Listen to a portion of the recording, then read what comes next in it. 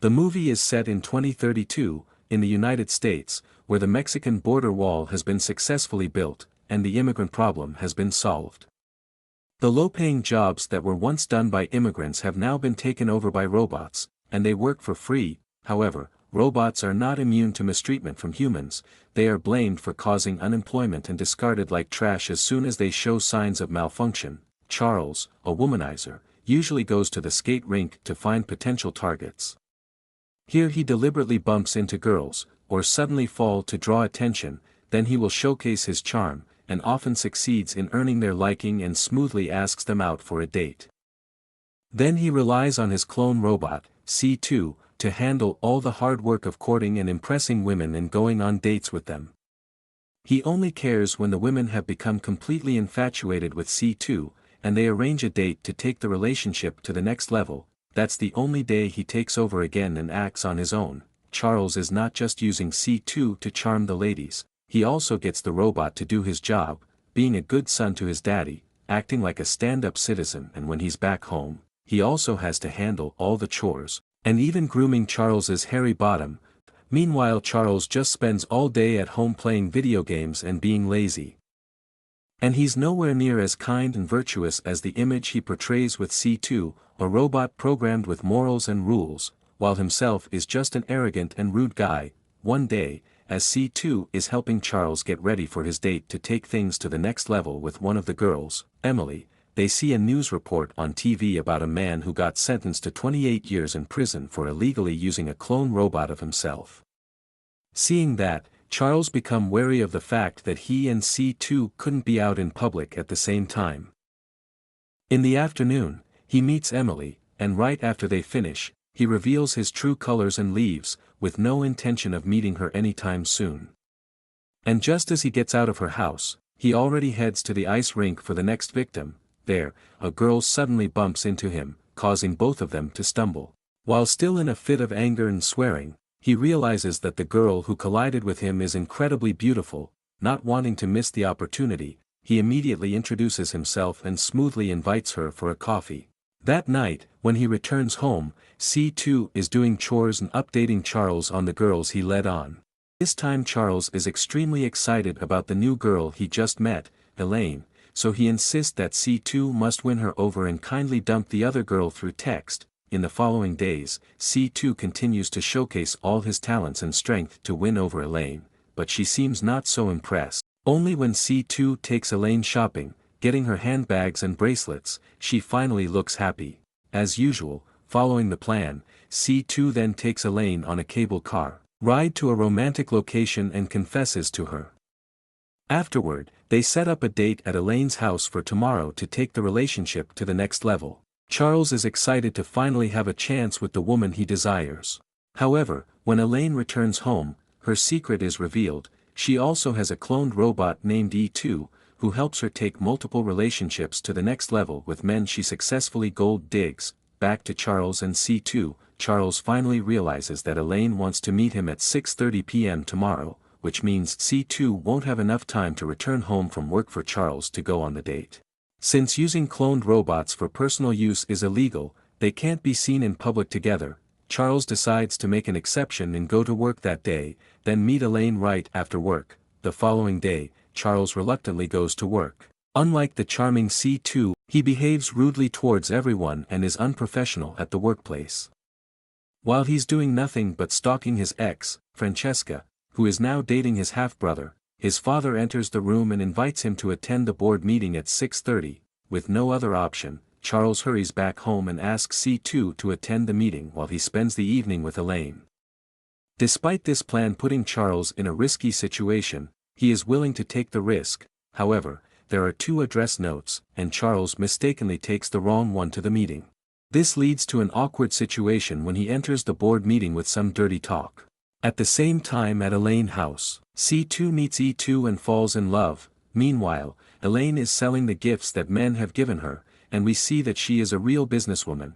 After that night, both Elaine and Charles are unable to contact their respective robot clones. Elaine tries to text E2 to ensure that Charles has left her place and she can return home.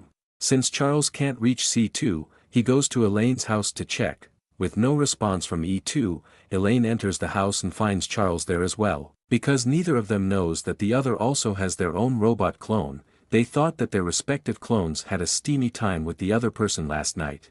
However, just a moment later, C2 and E2 call their owners and reveal the true face of the other person, exposing Charles as a womanizer and Elaine as a gold digger. Even more shocking, the two robots also confess their love for each other and express their desire to run away together, crossing the Mexican border in search of a place with more freedom. Just that, they hang up the phone.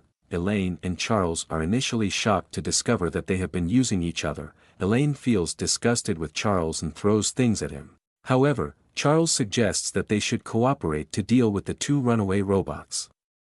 They believe that reaching out to the creators of the robots might help them resolve the issue. Funny enough, they find out that their robots were made by the same person, Zach, an ex-Tesla engineer. So even though they are far from perfect teammates, they decide to drive to Zach Newman's house together. The ride isn't exactly peaceful either, as the two of them argue like cats and dogs. Finally they arrive at Zach's place, and he tracks the location of the robots. However, he also informs Charles and Elaine that the robots are now impossible to control and, most importantly, they will seek revenge. Therefore, they need to find and destroy the robots. Elaine seems to accept it, but Charles isn't too thrilled. He uses the excuse of going to the bathroom to call his friend Ashley, and asks for help in capturing C2 before Elaine and Zach can find and destroy them. Then the three of them drive to Socorro, where E2 and C2 are staying in a motel, taking their relationship to the next level. They approach their room gently, and just as Zach is about to plan how to break in, Elaine kicks the door open, immediately using her stun gun to disable E2 and C2, shooting them inactive. While Charles and Zach are carrying the two robot clones to the car, Elaine notices that E2 has taken her favorite bag and some expensive jewels. At that moment, a person dressed in black rushes in and tries to take Elaine away, but she fights back fiercely, yelling and striking the person. When Charles and Zach hear the commotion and run to help, Elaine has already subdued the person, who turns out to be Ashley. He mistakes Elaine for a robot and attempts to kidnap her following Charles's orders. In the chaos, they hear the sound of the car engine starting, and E2 and C2 somehow regain consciousness and drive off in Zach's car. Elaine blames Charles for everything that happens, and he tries to justify that he can't live without C2's support. However, Zach tells him to try living on his own. A few days later, Charles feels miserable living without C2. He has to wake up and go to work every day, doing everything himself. But it doesn't end there. One day, his father calls him in and, along with the board of directors, shows him the CCTV footage from the previous night. It turns out C2 had vandalized the office and even did number 1 and 2 there. His father of course thinks it was him and is very concerned about his mental health and allows him to take some time off. He returns home and unexpectedly receives a call from Elaine. Seems like E2 has also caused her a lot of trouble. They decide to meet up to discuss how to handle the situation. They meet at a coffee shop, and Elaine laments that life has become very difficult without E2, and she may have to take things to another level with 12 guys just to pay her rent. However, Charles doesn't seem to sympathize much with this issue. Elaine also mentions that if life continues to be this hard, she might also move to Mexico for an easier living. But Charles dismisses the idea and boldly declares that they have to hunt the robot couple down and put an end to them.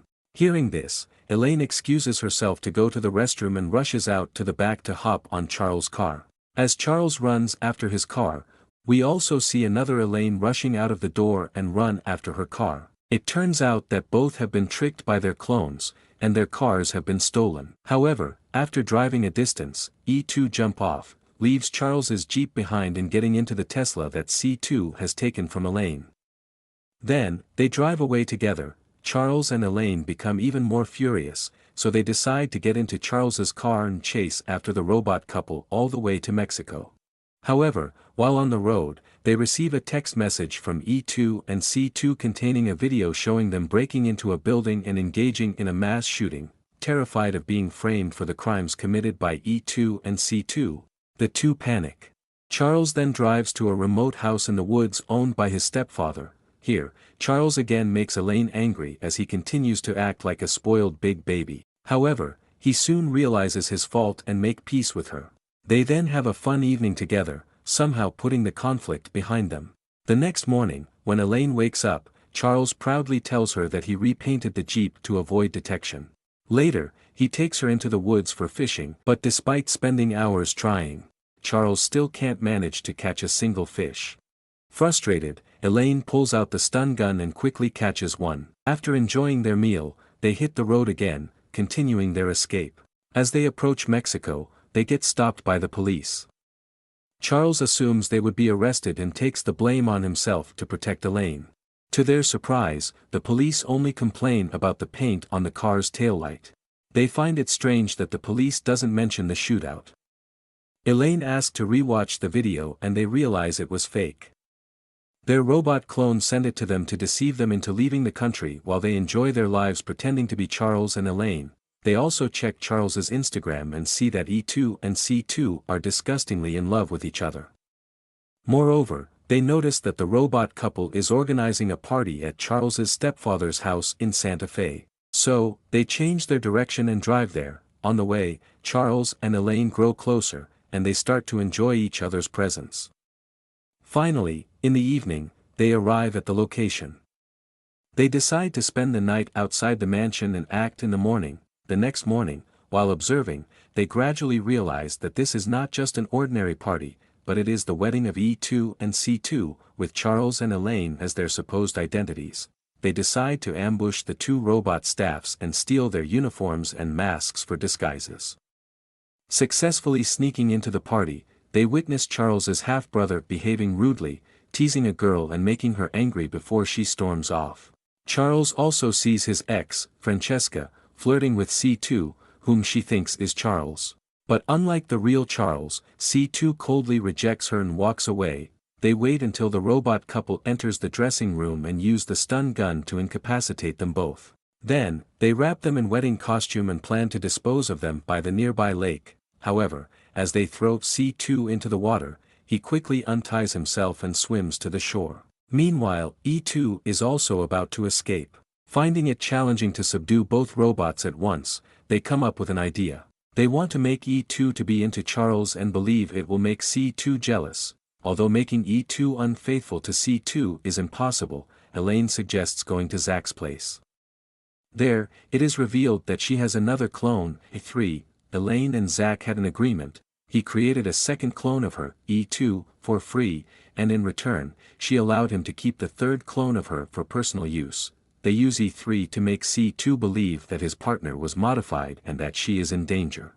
By the time C2 enters Zach's house to confront them, the police also follow him, as they notice the speed at which he was driving the scooter. The police arrest Charles and Elaine, along with their robot clones. They are informed that they will be imprisoned for the rest of their lives, while their robot doubles will be destroyed. Despite facing shutdown, E2 and C2 are content that they found each other and fell in love. Witnessing their genuine love for each other leaves an impression on Charles and Elaine. They realize that true love does exist, and they might have been wrong about it all along. Charles manages to ask the police officer if he can use the phone to call Ashley for help. Ashley calls the police station and creates a distraction, taking advantage of the fact that the officer is still resentful over her boss taking credit for her work. The distraction allows Charles, Elaine, E2, and C2 to escape. The four of them head towards the Mexican border, ready to start a new life. However, at the border, C2 and E2 are allowed to enter Mexico, while Charles and Elaine are stopped by the authorities. Soon, the police arrive at the scene.